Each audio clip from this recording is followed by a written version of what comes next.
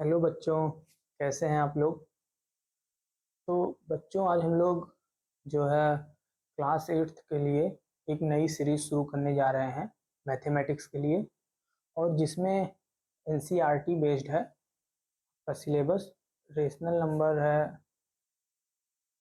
तो बच्चों, सबसे पहले हम लोग सिलेबस डिस्कस कर लेते हैं कि हमको इस सीरीज में क्या क्या पढ़ना है, क्योंकि आपको जानना बहुत ज़रूरी है कि आपके सिलेबस में है क्या क्या, और हम ये सीरीज यूट्यूब पे लेके आए क्यों हैं। और ये सीरीज सीरीज आपके लिए एकदम फ्री होगी। तो देखते हैं, सबसे पहले चैप्टर 1 क्या है आपका, जो सीबीएसई का है, क्लास एट्थ का मैथ सिलेबस है।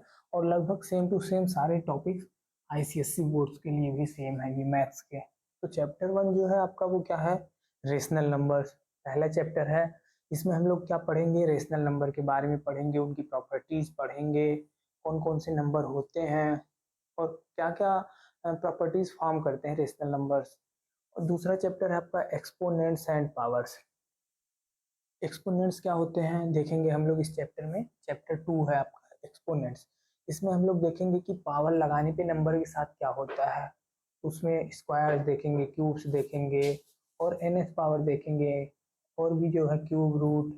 ऐसे ही हम लोग इस चैप्टर में देखेंगे और सारी प्रॉपर्टीज इसकी पढ़ेंगे। चैप्टर 3 क्या है हम लोगों का, स्क्वायर्स एंड स्क्वायर रूट्स। इसमें हम लोग क्या देखेंगे, स्क्वायर और स्क्वायर रूट्स के बारे में डिस्कस करेंगे। ओके, देखेंगे नंबर्स का स्क्वायर।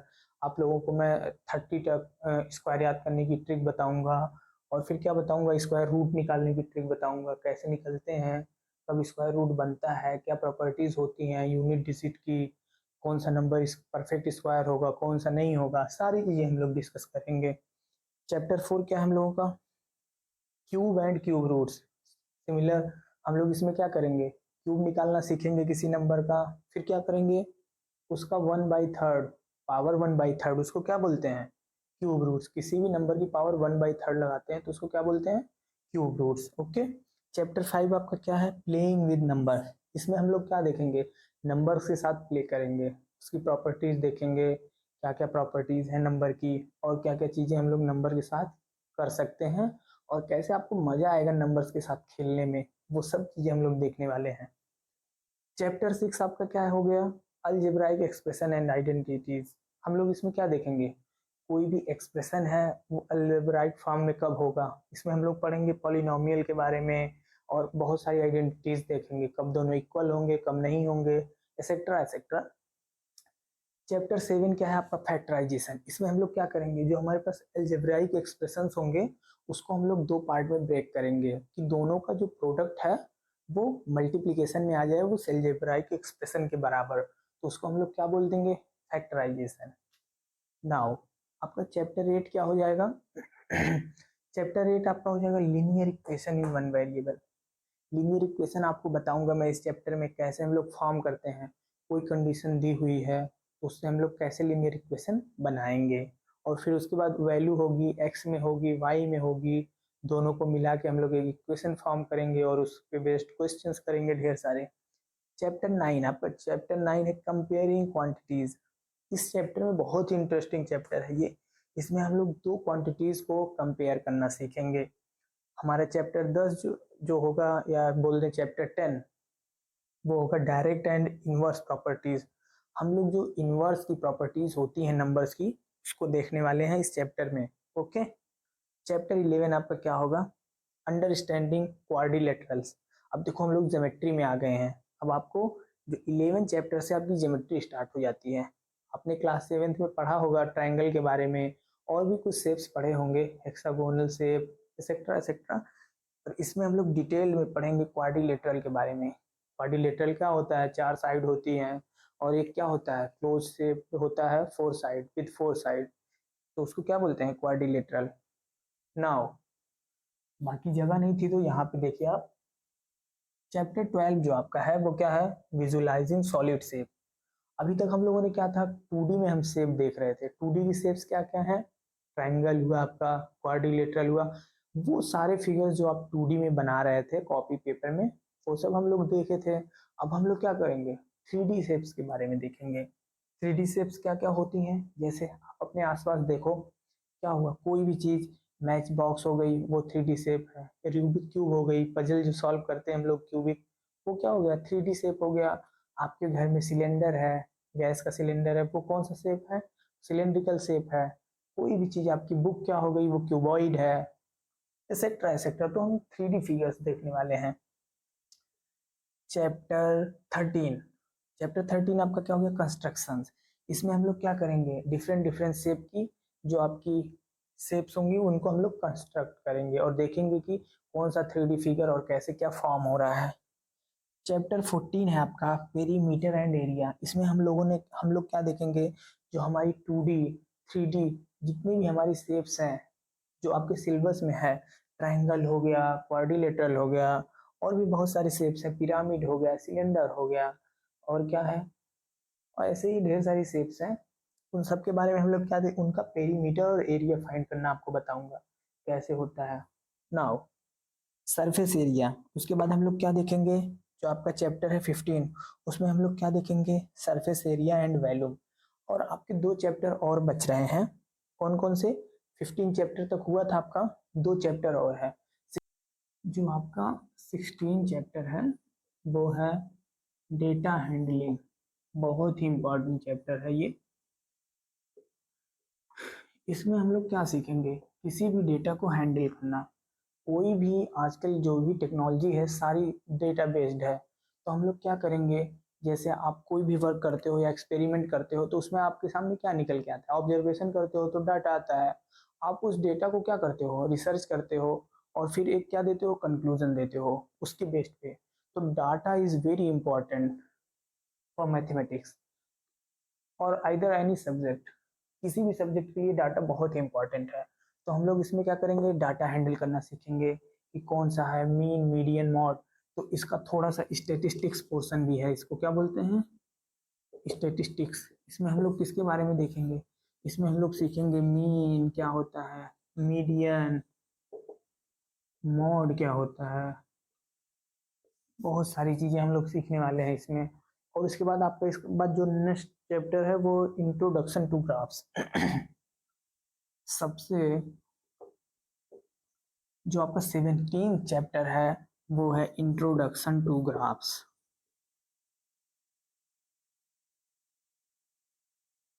इंट्रोडक्शन टू ग्राफ्स ये बहुत ही इंटरेस्टिंग चैप्टर है। समझ लीजिए कि आपका जो 9th क्लास है उसका बेस है ये। जब आप 9th क्लास में जाओगे ना, जब आप 9th क्लास में जाओगे तो क्या होगा कि ग्राफ बहुत इंपॉर्टेंट हो जाएगा आपके लिए। तो इसमें हम लोग क्या करेंगे, ग्राफ के बारे में ढेर सारी चीजें, basics, X axis, Y axis, graph कैसे फॉर्म होता है, कैसे बनता है, ये सारी चीजें हम लोग देखने वाले हैं। तो अभी आप इसको नोट कर सकते हो या स्क्रीनशॉट इसका ले सकते हो, फोटो ले सकते हो, मैं साइड हो जा रहा हूँ। और उसके बाद हम लोग फर्स्ट चैप्टर स्टार्ट करेंगे। कौन सा है फर्स्ट चैप्टर आपका, रेशनल नंबर्स। ठीक है बच्चों, सबसे पहले हम लोग आज फर्स्ट चैप्टर आपका पढ़ रहे हैं। पहला चैप्टर क्या है आपका, रेशनल नंबर्स। तो चैप्टर फर्स्ट क्या है आपका, rational rational numbers. Rational numbers, मैं आपको रेशनल नंबर्स पढ़ाऊं उससे पहले आपने 7th में जो कुछ भी चीज़ें पढ़ी हैं उसका थोड़ा सा रिव्यू दे दूं, या फिर एक तरीके से आप समझ लो कि जल्दी जल्दी आपको रिवाइज करा दूं कि क्या क्या चीज़ें हम लोगों ने 7th क्लास में पढ़ी थी नंबर सिस्टम के बारे में। सबसे पहले हम लोगों ने क्या पढ़ा था, क्योंकि रेशनल नंबर्स पढ़ने के लिए आपको ये सारी चीज़ें जो मैं बेसिक बता रहा हूँ जो आपने प्रीवियस क्लास में पढ़ा था, हो सकता है आप लोग भूल चुके हो, तो वो चीज़ें जानना बहुत ज़रूरी है, इसलिए आपको मैं बता रहा हूँ। तो सबसे पहले हम लोग देख लेते हैं नेचुरल नंबर। रेशनल नंबर्स पढ़ने के लिए ये बेसिक जो आपको बता रहा हूँ क्लास 7th के कुछ बेसिक पॉइंट्स हैं, इसको आपको ध्यान में रखना है। तो क्या मैं हम लोग पढ़ रहे हैं नेचुरल नंबर्स। तो पहला नंबर कौन सा हम लोग पढ़ रहे हैं, नेचुरल नंबर्स या फिर काउंटिंग नंबर्स।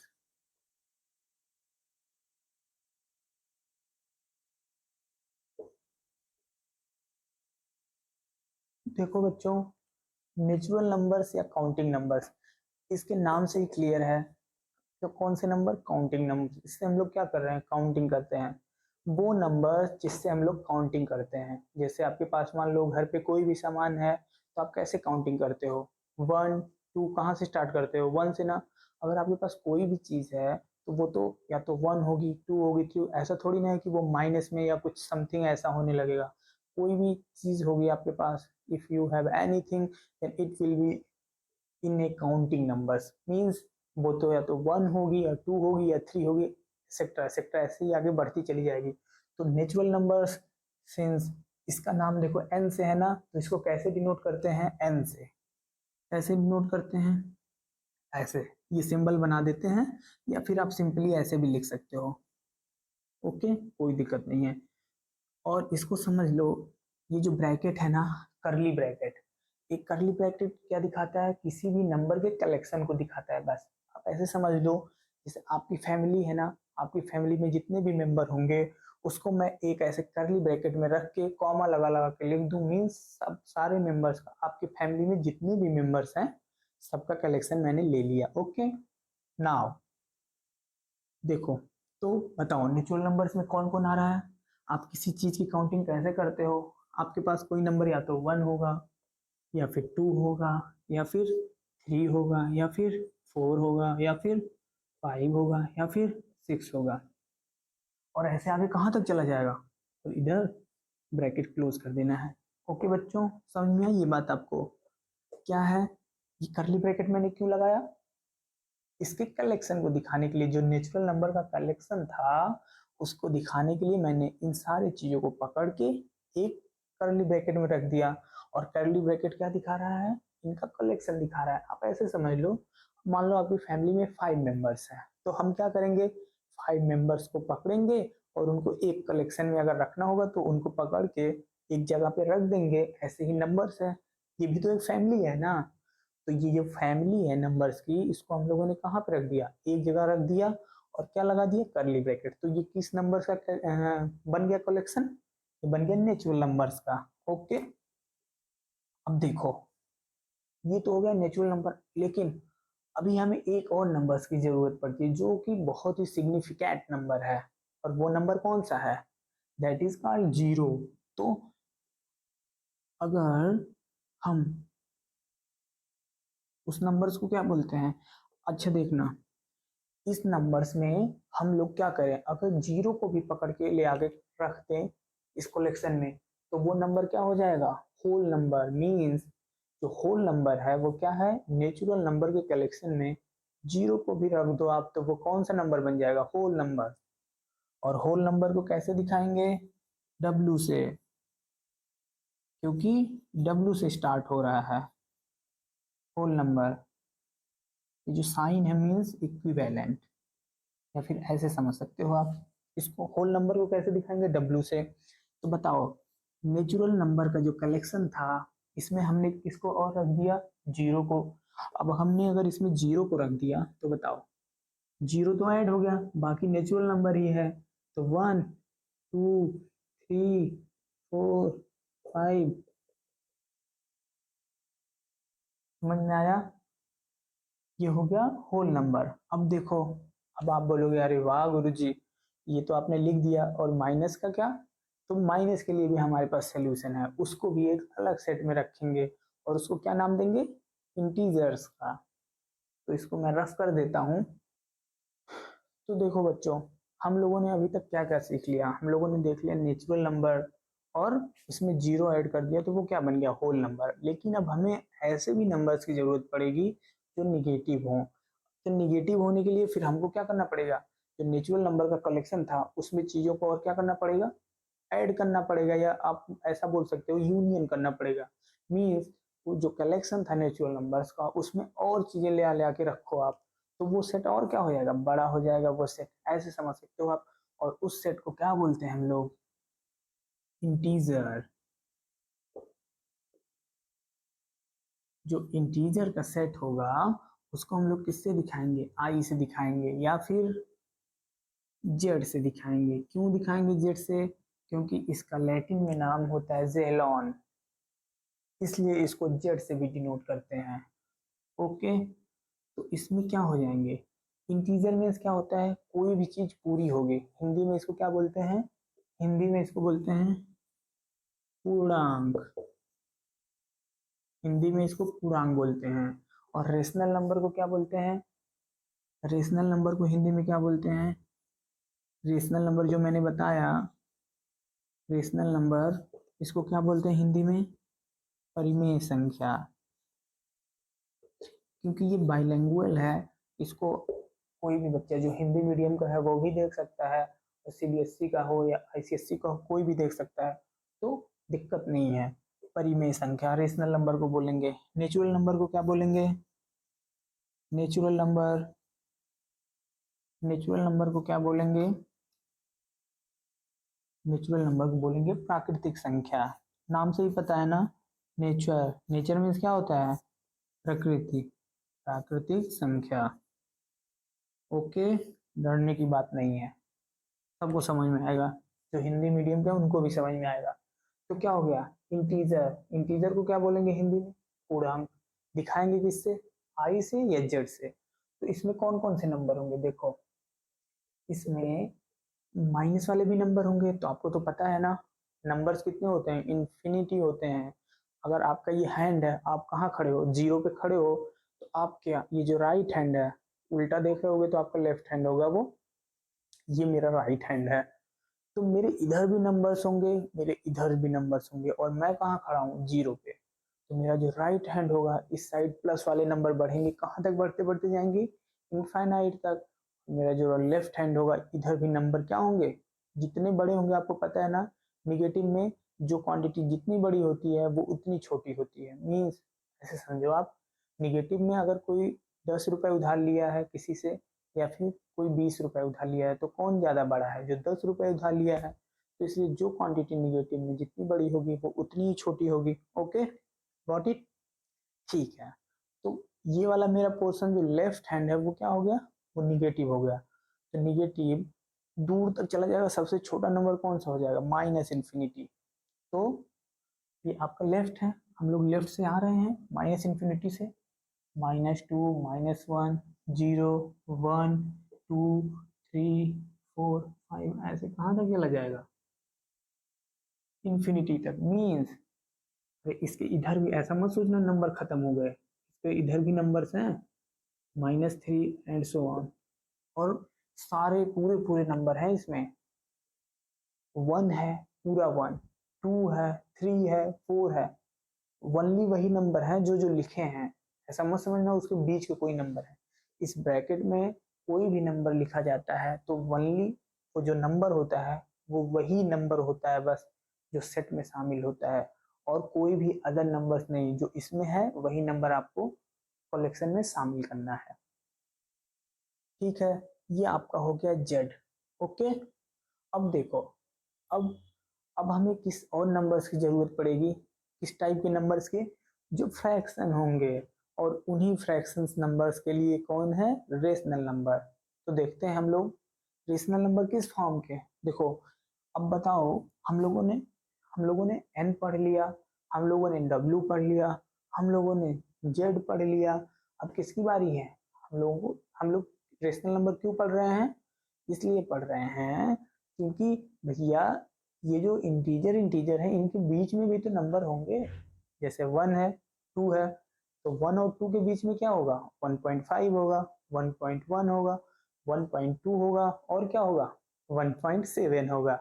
ऐसे ही ढेर सारे नंबर आएंगे, 2, 3 होगा, इसके बीच में कितने नंबर होंगे, ढेर सारे होंगे। और उन नंबर, वो नंबर कैसे होंगे, फ्रैक्शन में होंगे।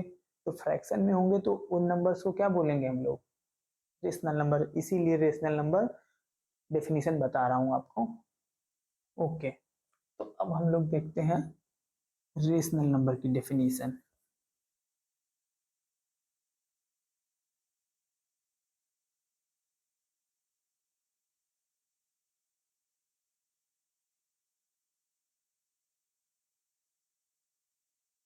तो देखो बेटा, रेशनल नंबर्स होते क्या है, डेफिनेशन, डेफिनेशन या फिर परिभाषा, परिभाषा क्या है रेशनल नंबर की? एनी नंबर, कोई भी नंबर जिसको हम P अपॉन Q के फॉर्म में लिख सके। कोई भी नंबर, आप दुनिया का कोई भी नंबर लेके आओ, अगर आप उसको P बाई Q के फॉर्म में रिप्रेजेंट कर पा रहे हो तो वो नंबर क्या कहलाएगा? Rational number. लेकिन एक कंडीशन आपको दे रहा हूँ। क्या कंडीशन है वो? कि आपका जो डिनोमिनेटर है मीन्स Q, वो जीरो नहीं होना चाहिए। और P और Q कहाँ से आएंगे? इंटीजर से आएंगे। Got it? तो डिफिनीशन लिख दे रहा हूँ मैं। Any number, any number in form P by Q such that PQ belongs to integer। P और Q कहाँ से लेना है आपको? इंटीजर से लेना है। और क्या कंडीशन है? डिनोमिनेटर जीरो नहीं होना चाहिए। क्यों नहीं जीरो होना चाहिए अभी बताऊंगा क्यों नहीं होना चाहिए। तो समझ गए आप? तो इसको हम किससे दिखा देंगे? Q से। मीन्स अगर मैथमेटिकली लिखें हम लोग